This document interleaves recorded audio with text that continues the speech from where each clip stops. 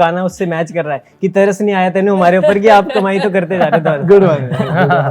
तो पहली बात तो वो तो मुबारक, आप new crush national crush update हो गया है, वो सबके फोन में देख रहा था न्यू नेशनल क्रश अपडेट और वो 3 बजे वाला वो तो बताओ 3 बजे वाला 3 बजे तो हुआ कि हम कोकण में शूट कर रहे हैं, तो उसमें बहुत ही प्यारी सी चोट लगी मुझे। अच्छा, तो वो पूरे थ्रू आउट जर्नी लगी प्यारी चोट मतलब प्यारी जगह लगी। प्यारी दिल पे सीधा मारी उन्होंने। तो मतलब एक मुकाबला अब इंटरनेशनल अब वो रहा नहीं, बॉलीवुड टॉलीवुड, हिंदी सिनेमा है, अब हिंदी सिनेमा है। दोनों से एक सवाल है, ये गाना जो तरस था पहले इस मूवी में नहीं था, लेकिन बाद में आपने डाला, तो क्या ये शर्वरी की डिमांड थी या आपने खुद बोला कि आपने रियल लाइफ में महसूस किया है काला जादू या इस टाइप की ब्लैक मैजिक जैसी चीजें? यहाँ अंकित चंदेल, और आज एक ऐसी फिल्म के बारे में बात करने वाला हूँ जिसके बारे में ऑलरेडी लोग बात कर रहे हैं, बॉक्स ऑफिस का रिपोर्ट आप सभी को पता चल गई है, वर्ड ऑफ माउथ अपने आप काम कर रहा है, और फिल्म का नाम आप सभी गेस तो कर ही लिया होगा। इस हफ्ते की सबसे बड़ी फिल्म जो है ग्रॉस कलेक्शन कर रही है, फिल्म का नाम है मुंजिया, और उसी के खास मेहमान हमारे साथ मौजूद हैं। आप सभी का बहुत बहुत स्वागत है इंडियन न्यूज़ और न्यूज़ एक्सप्रेस। इस इंटरव्यू से शुरू करने से पहले एक लाइन कहना चाहूंगा, जो अभी आपके हेटर्स और आपके कॉम्पिटिटर्स इस समय कह रहे हैं, आपके गाने की वो एक लाइन है कि तरस नहीं आया तेनू, जिससे आपकी बॉक्स ऑफिस की रिपोर्ट आई है, तो वो गाना उससे मैच कर रहा है कि तरस नहीं आया तेनू हमारे ऊपर कि आप कमाई तो करते जा रहे थे। Good one. तो सबसे पहले तो captain of the ship Aditya sir, बहुत पहली बात तो मुबारक आपको जिस तरह से रिस्पांस मिल रहा है, और पहला सवाल आपसे कि मुंजिया ही क्यों आपने सोचा, और जिस तरह से क्यों आपको लगा कि इस तरह की फिल्म बननी चाहिए, या खुद भी आपने इस तरह का कुछ एक्सपीरियंस करा था तो आपने बोला कि पर्दे उतारा जाए इस तरह की कुछ क्राफ्ट? मैंने मुंजा एक्सपीरियंस किया था, मुंजा देखा नहीं था पर उसके बारे में सुना था।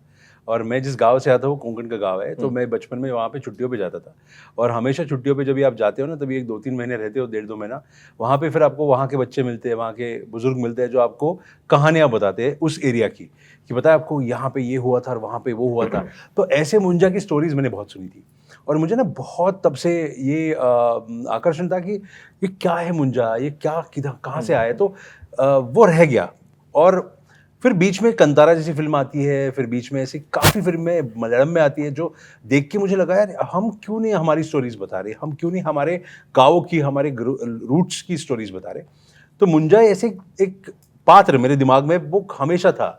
फिर मैं मैडॉक में मीटिंग के लिए आया, उनके रेफरेंस से मुझे समझ में आया कि वो भी ऐसे कुछ कैरेक्टर्स ढूंढ रहे थे जो फोकलोर से आ रहे हैं, और फिर हमारी बात मुंजा के बारे में हुई, फिर उनके पास एक स्क्रिप्ट थी वैसे सिमिलर, और वहाँ से शुरुआत हुई। तो I think we found each other, कि वो मुंजा ने हमें मिलवाया, मैडॉक को और मुझे, और वहाँ से हमने जो शुरू की जर्नी वो यहाँ तक आ गई। बिल्कुल, और मुंजिया आपके लिए एक गुड लक भी साबित हुआ बहुत बड़े लेवल पे। शर्वरी, अगला सवाल मेरा आपसे है। पहली बात तो वो तो मुबारक, आप new crush national crush update हो गया है, वो सबके फोन में देख रहा था न्यू नेशनल क्रश अपडेट, और बहुत मुबारक आपको पहली बात तो। और जिस तरह से पहली बात तो ये पूछना चाहूँगा, कैसा आपको जो एक्सपीरियंस इस फिल्म में आया, पूरा जिस तरह की शूटिंग थी, जिस तरह की लोकेशंस थी, अनुभव अपना, आपके साथ इतने सीनियर एक्टर भी थे, अभी मोना जी यहाँ नहीं है, लेकिन और बाकी के साथ आपको काम करके कैसा लगा?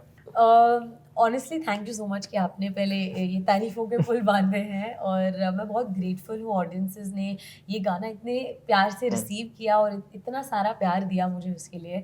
और मेरे लिए अभी भी वो बस एक पिंकी मोमेंट ही लगता है जब मैं अपना खुद का गाना देखती हूँ। मेरा पहला सोलो सॉन्ग है, और जर्नी बहुत ही ब्यूटीफुल रही है। आई थिंक इस जर्नी से ऑफ कोर्स ऑडियंस का प्यार हम कमा ही रहे हैं, लेकिन बहुत अच्छे दोस्त कमाने मिले। और जैसे आपने कहा, मोना मैम, सुहास जी, सारी सीनियर एक्ट्रेसेस हमारे साथ थी, और उन्होंने हमेशा अपने करियर में इतने स्ट्रॉन्ग और पावरफुल फीमेल रोल्स किए हैं कि मेरे लिए आई थिंक ये बहुत बड़ा इंस्पिरेशन है उनके साथ काम करना, या फिर उनके साथ 2 पल ऑफ कैमरा बिताना। तो आई थिंक मैं उन दोनों को एक बहुत बड़ा इंस्पिरेशन मानती हूँ, क्योंकि जो उनके चॉइसेस रहे हैं उन्होंने हमारे जैसे जनरेशन को शेप किया है, एंड आई होप कि गोइंग फॉरवर्ड हम भी ये कर पाए। वो एक्चुअली वो सीनियर नहीं थे, वो हमारे उम्र के ही बन गए थे, क्योंकि हमने उनको कन्वर्ट किया था। इतना माहौल अलग था ना सेट पे, कि अभी सुहास जी है जो अज्जी बनी है फिल्म में, she is the most eldest on the set, तो वो ही एक उनका बचपना याद आ रहा था उनको, या क्या चल रहा था। भले ही हम हॉरर कॉमेडी फिल्म कर रहे थे, पर हमारे सेट पे कॉमेडी ज़्यादा हो रही थी बिहाइंड द कैमरा। नहीं बिल्कुल, तरुण भाई जी, सब तो पहला था मुबारक डेब्यू ली, और जिस तरह से आप सोशल मीडिया इन्फ्लुएंसर तो हैं, अब आपने बोला कि मैं social media influencer plus actor बन गया हूँ, और आप सीक्रेटली विजिट भी करने गए थे सिनेमा में, तो सबसे पहले तो कैसा लग रहा है, किस तरह का रिस्पॉन्स आ रहा है, कैसे दोस्त यार ਹੁਣ ਤਾਂ कह रहे हो वीरा साडा स्टार बन गया ਹੁਣ ਤਾਂ? ਉਹ ਪਹਿਲੇ ਵੀ ਕਹਿ ਰਹੇ ਸੀ ਪਰ ਹਾਂ ਹੁਣ ਜਦ Bollywood 'ਚ ਮੈਂ entry ਹੋ ਗਈ। ਸਾਇਲੈਂਟ ਹੋ ਕੇ ਵੀ ਜਦ ਮੈਂ ਮਾस्क मूस पा के भी गया क्योंकि एज एन एक्टर ਮੈਨੂੰ ਸੀਗਾ कि मैं हिंदी नहीं बोलूंगा मैं जब गया भी साइलेंट मेरे को जानना था कि जेन्युइनली लोगों को रिएक्शन लग कैसा रहा है कि एक as an actor as a performer मैं कहूँगा आपको एक एक लाफ के लिए आप मरते हो कि एक लाफ आ जाए दिन बन गया, कोई भी मेरी बात पे हंसे दिन बन गया। तो कोई जेन्युइनली देखना था कि जब मैं जा रहा हूँ तो एग्जैक्टली ऑडियंस का जो रिएक्शन है वो कैसा आता है। And I was telling him also कि सर एक एक जोक मुझे याद है जब लोग हंसे हैं एंड वो स्टार्टिंग से पहले 5 मिनट में मेरे पहले से ही वो एक जोक स्टार्ट हो जाता है एंड देन अभय काम शर्वरी काम से मेरा सीन आता है उस पर जब वो लाफ आता है वो यूफोरिया ही अलग है, वो आपको कुछ तो और ये नहीं दे मास्क सकता। लगा गया था फिल्म देखने, उसको मैंने फिल्म दिखाई नहीं थी बेसिकली, उसको पता ही नहीं थी फिल्म क्या बनी है, कैसे बनी है, काम कैसे हुआ है। तो मैं उसको बोला मुझे लग रहा है तू मास्क लगा के क्यों गया था, क्योंकि फर्स्ट हाफ तो देख रहा था लोग पहचानने लिए मारना पीटना थे मुझे कि फिल्म अगर खराब निकली तो। फिर उसको समझ में आया फर्स्ट हाफ के बाद फिल्म तो ढंग की बनी है, फिर उसने मार दिया। पर वो मैंने भी देखी वो रील, कमाल का, उसमें खुद दिख रहा था जिस तरह का ऑडियंस का एक्सपीरियंस था, उनका रिएक्शन किस तरह से आ रहा था। तो घर वालों का कैसा रिएक्शन था उनका? मम्मा को तो आंसू ही आ गया, मम्मा तो अब ऑब्वियसली उनके लिए तो बहुत बड़ी बात है, मेरे लिए बहुत बड़ी बात है। मैं अंबाला से हूँ वैसे और फिर मैं दिल्ली आया अभी 4-5 साल पहले एंड उनको तो रियलाइज भी नहीं हुआ कि मैं मूवी कर रहा हूँ। मैंने उनको 1 साल पहले बताया मूवी कर रहा हूँ तो उनको लगा, दिस इज वेरी ऑनेस्ट, तो उनको लगा कि मूवी तो ऐसी बोल रहा है, कुछ कर नहीं रहा होगा, क्योंकि उनको वैसे भी समझ आता था मैं करता क्या हूँ। घर वालों को कभी नहीं पता चला कि मैं क्या करता हूँ, अरे फोन पे कुछ तो करता है। तो कोई भी पूछता था अरे फोन पे कुछ लगे रहता, कुछ तो करता ही है। तो मम्मा को मैंने बोला मैं मूवी मिल गई है, तो हाँ कुछ तो कर ही रहा है, पता नहीं हमें। तो मैं कहा मम्मा मूवी आ भी गई है। अच्छा मूवी आ गई है? आ रही हूँ। तो मम्मा मैंने टिकट बुक कर दी है। टिकट बुक कर दी है, ऐसे खुद से नहीं आई? मैंने कहा मम्मा मैंने कर दी है टिकट बुक, आप जाके देखो तो सही। तो मम्मा ने जब जाके देखी, जब तक उन्होंने मुझे नहीं देखा तब तक शी डिडंट रियलाइज कि मूवी में आ गया हूं, एंड जब उन्होंने देखा then she was in tears and क्या बात। होलसम फॉर बिल्कुल ऐसे बस आप, हम चाहते हैं झटके उनको देते रहे इस तरह के आगे भी। अबे आपसे मेरा अगला सवाल है, अपना कैरेक्टर के बारे में थोड़ा सा बताएं और जिस तरह से आपको कितना ज़्यादा मज़ा आया इसको प्ले करने में, जिस तरह आप बाकी जो है को एक्टर्स थे उनके साथ काम करने में किस तरह का एक्सपीरियंस था? अरे यार बहुत अच्छा मज़ा आया मुझे एक्चुअली। मेरा एक्सपीरियंस जो था ना वो एक तो ऐसी फिल्म कभी बनी नहीं है हिंदी फिल्म इंडस्ट्री में ना, तो अगर आप किसी चीज़ की शुरुआत करते हो ना तो आपको एक अलग ही फन होता है कि हाँ यार मैं एक ट्रेंड सेट करने जा रहा हूँ, मैं ट्रेंड फॉलो नहीं करने जा रहा। तो एक कुछ नया क्रिएट करने का ना एक वो फन होता है, एक जिज्ञासा होती है अंदर से कि हाँ यार ये अपने को एक बेंचमार्क सेट करना है और ऐसा सेट करना है कि लोग कोशिश करें टच करने की और तो भी ना कर पाए। तो वो एक जो सपाट फीलिंग रहती है। और सबके साथ काम करने का मतलब वो ऐसी फिल्म में ना क्या होता है कि आप अकेले काम नहीं कर सकते, अच्छा आपको लोग बनाते हैं आसपास वाले। और मुझे थैंकफुली इतने अच्छे एक्टर्स मिले जो कि अब मतलब एक फैमिली जैसा वो हो गया है। हम सब बैठे हैं यहाँ पे, हम ऐसा नहीं कि हम पूरे 1 साल हो गया फिल्म बने तो हमने बात ही नहीं की, पूरे साल से हम बात करते आए हैं। और शायद आपको लग भी रहा होगा कि हाँ एक कमराडरी एक फील होती है।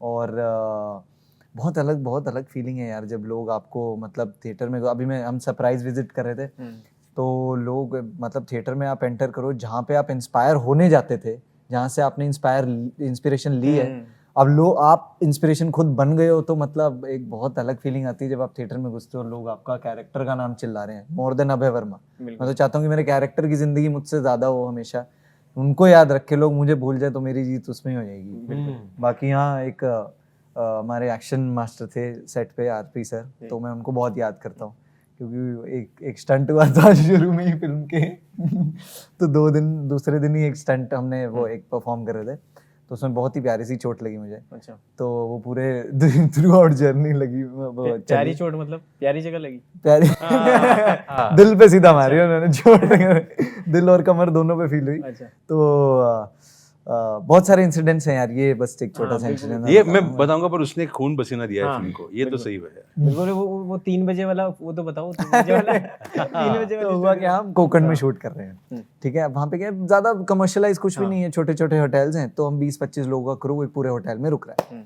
ठीक है। तो अब हम रात को सो रहे हैं, तो 1 दिन हो गया, 2 दिन हो गया, तीसरे दिन हाँ कैसे सोए सब, सुबह ब्रेकफास्ट टेबल पे पूछते हैं। तो एक एक्टर ने पूछा, तो हमने बोला यार हम बस 3 बजे आँख खुल गई थी एक बार, तो बोला 3 बजे आँख खुल गई थी, मेरी भी 3 बजे आँख खुल गई थी। तो फिर वहाँ से शर्वरी भी ज्वाइन हो गई, फिर तरन भी आ गया, फिर आदित्य सर आ गए, सबकी 3 बजे आँख खुल रही है यार।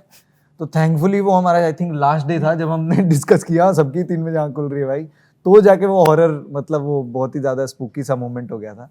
तो वो 3 बजे सबकी आंख क्यों खुल रही थी वो हमें आज तक नहीं पता भाई, और ना ही मुझे जानना है ऑनेस्टली। अब तो ठीक है सब। अब सब ठीक है, पहले से फर्क है। ओके डायरेक्टर साहब, आपसे आप पे आना चाहूँगा, जिस तरह सीजीआई का इस फिल्म में जो इस्तेमाल हुआ है, पहली बार जिस तरह बताया अभी भाई ने भी कि इस तरह की एक फिल्म कोई बनी है, तो सीजीआई बड़ा इंपॉर्टेंट रोल इसमें प्ले किया। और मैं देखता था जब हैरी पॉटर में जब वो गॉब्लिन आता था और वो कैरेक्टर, और अब मैं कंपेयर कर पा रहा हूँ इससे, तो ये मतलब बड़ा एक वो कितने टाइम पुरानी बात है, और अब भी इसको रिवाइंड हम कर पा रहे हैं, तो मतलब आप समझ रहे हो हम इंटरनेशनल हो रहे हैं। तो मतलब एक मुकाबला अब इंटरनेशनल, अब वो रहा नहीं बॉलीवुड टॉलीवुड, हिंदी सिनेमा है, अब हिंदी सिनेमा है।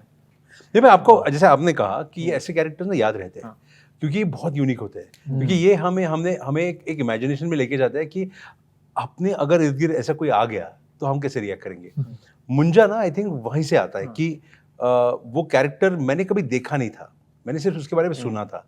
तो पेड़ पे रहने वाला एक मुंजा जो मैंने बचपन में सुना है वो कैसे रहेगा, तो एक इमेजिनेशन में उसकी एक आकृति बनी थी, और उसको लेके फिर हमने एक बहुत ही अच्छी वीएफएक्स कंपनी है डीनेक, डबल नेगेटिव नाम की, जो एलए की है, उन्होंने आई थिंक ड्यून और बहुत बड़ी बड़ी फिल्में की है।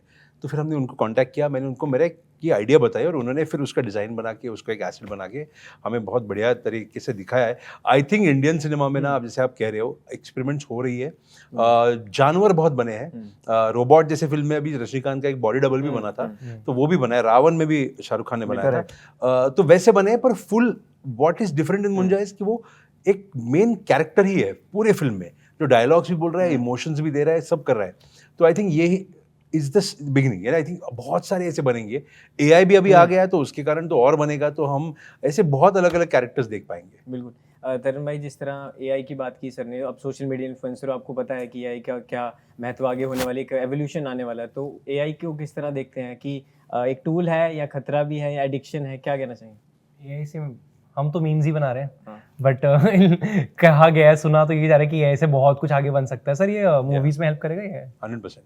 हमने सुना स्क्रिप्ट राइटिंग में भी यही हो रही है। एक्चुअली हो रही है, पर वो अभी शॉर्टकट्स है वो, पर कैरेक्टर डिजाइन में एआई इस्तेमाल बहुत होता है। लाइक जैसे हमारे इस फिल्म में काफ़ी सेट्स थे, जो सेट्स का विजुअलाइजेशन जो हुआ ना, वो एआई की हेल्प से बहुत हुआ। तो और मैं अगले मेरे नेक्स्ट प्रोजेक्ट्स में तो वो कर ही रहा हूँ कि एआई का इस्तेमाल कर ही रहा हूँ। AI is a very good tool for prep. AI का इवेंचुअल आउटकम कैसे होगा वो थोड़ा देखना पड़ेगा, पर प्रेप करते वक्त, विजुअलाइजेशन करते वक्त बहुत सही टूल। बिल्कुल। शर्वरी और सर, आपसे दोनों से एक सवाल है, ये गाना जो तरस था पहले इस मूवी में नहीं था, लेकिन बाद में आपने डाला, तो क्या ये शर्वरी की डिमांड थी या आपने खुद बोला कि ये पब्लिक डिमांड थी? अच्छा, ये एक्चुअली प्योर पब्लिक डिमांड थी, क्योंकि वो गाना जब शूट हुआ ना, तभी इतना बढ़िया लगने लगा वहाँ पे, हमने YouTube पे डाल दिया, और YouTube पे जो व्यूज आए थे, आपने देखा रहेगा उसके व्यूज, तो जैस्मिन की आवाज थी और YouTube में ट्रेंड हो रहा था नंबर 1 नंबर 2 पे अभी भी। तो फिर हमें ऐसा लगा कि बहुत बार ऐसे होता है कि ऐसे गाने देखने के लिए लोग थिएटर में आते हैं, लेकिन इंडिया में बहुत बड़ी ऐसी ऑडियंस है जो सिर्फ हिट गाने देखने के लिए टिकट निकाल के बड़े पर्दे पे भाई ये गाना देखना है ऐसे सोच के आते हैं। तो वो ड्राइव था कि ये फिल्म में भी डलवाए, पर वो फिल्म में एंड में आता है इसलिए। बिल्कुल। तो नहीं, बहुत कमाल का भी वो गाना लग रहा है, और मैं खुद लूप पे सुन रहा था, मतलब और जो स्टार्टिंग उसका है ना, जो रिवर्ब आता है स्टार्टिंग वाला, अच्छा लगता है वो बड़ा जो आता है, हाँ, वो कैची है बहुत ज्यादा। उसके बाद फिर बंदा आगे सुनने लगता है। Sachin Jigar and Amitabh Bhattacharya, I think उनका shout out to them, big shout out to them, craft बनाया। अगला सवाल आप तीनों एक्टर से है कि जिस तरह से इसमें दिखाया गया है कि एक भूतिया चीजें हो रही है, काला जादू हो रहा है, तो कभी आपने रियल लाइफ में महसूस किया है काला जादू या इस टाइप की ब्लैक मैजिक जैसी चीजें, या सिनेमा के जादू से नहीं बाहर आ पाए? नहीं यार, वो पहला वाला, दूसरा वाला केस ज़्यादा है सिनेमा के वाला, बट यार एक एक्सटेंट तक बिलीव है, क्योंकि मतलब एनर्जी, हाँ, एनर्जीज में बिलीव करते हैं। एक्चुअली हम सभी बिलीव करते हैं, हम बात कर चुके हैं कि पॉजिटिव है तो फिर नेगेटिव एस्पेक्ट भी होता है, very coin has two sides. But ऐसा कुछ एक्सपीरियंस होना वो मतलब अच्छी बात है कि चलो ऐसा कुछ एक्सपीरियंस नहीं हुआ है।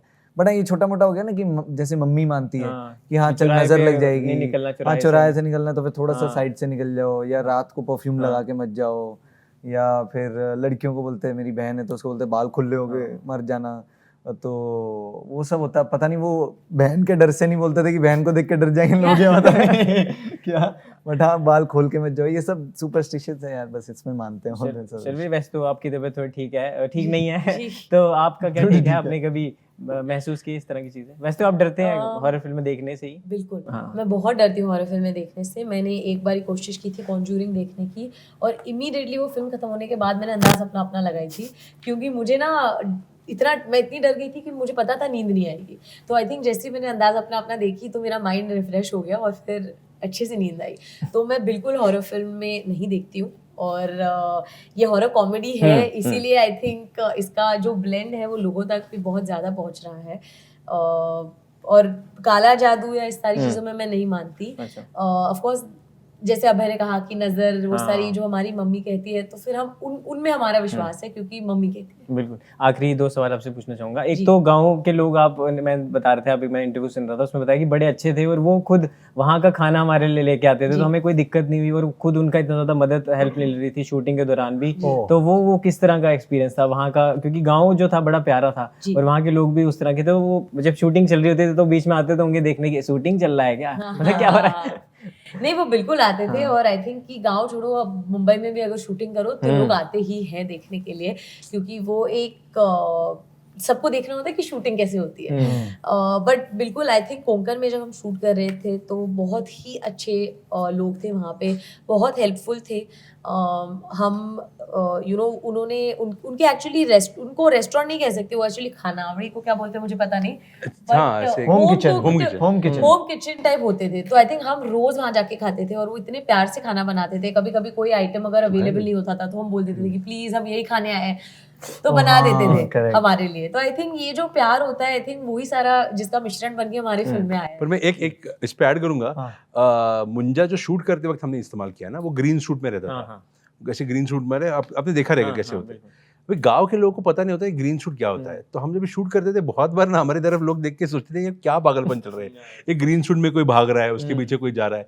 तो शूट देखने वाले लोगों को कभी कभी बहुत फनी लगता है। तो मेरे जो सुपरवाइजर था वीएफएक्स वाला, उसको देख के हम दोनों एक दूसरे को रिएक्शन देते थे कि यार ये अपनी तरफ देख के सोच रहे हैं कि ये सब गधे लोग आए इधर, नॉनसेंस चल रहा है इनका, बट वेरी वेरी अम्यूजिंग। यार बिल्कुल। सर आखिरी में आपसे पूछना चाहूंगा कि अपकमिंग क्या मुंजिया 2 भी आ रहा है, या इस तरह के क्या क्या पिटारे में क्या आपने फिल्म देखी? नहीं, अब मैं कल देखूंगा। तो आपको आंसर उसी में मिल जाएगा। अच्छा ठीक है। एग्जैक्ट, हमने तो इतना क्लियर आंसर दे दिया है कि आपको तो देख के समझ में आएगा कि क्या इसका जवाब क्या है आपके सवाल का। लास्ट में मैं चाहूंगा आप सब एक बार फिर से, वैसे तो धमाल मचाई रही, लेकिन फिर भी एक बार आप अपील कर दीजिए हमारे चैनल के माध्यम से कि ऑडियंस को ज्यादा से ज्यादा जाके देखें, और नजदीकी और दूर के दोनों सिनेमा घरों।